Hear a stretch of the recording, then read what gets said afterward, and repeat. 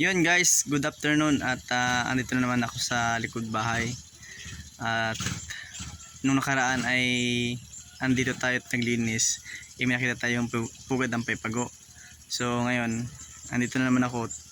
Umikot-ikot na naman ako. May nakita na naman akong pugad. Ginagawa pa lang siya. At hindi naman siya sa paypago. Siya ay pugad ng sukat.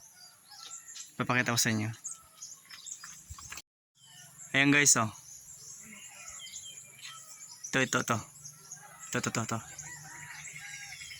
Kaya lang tuyo na yung pinagkapitan niya ng pugad. Hindi ko na kung magtatagal yan. Ayan o.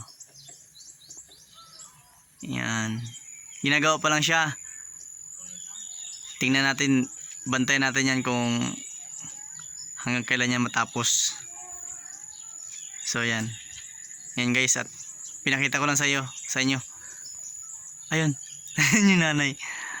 Ayan guys, at pinakita ko lang sa inyo yung pugad ng sukat. Ayan. So yun lang.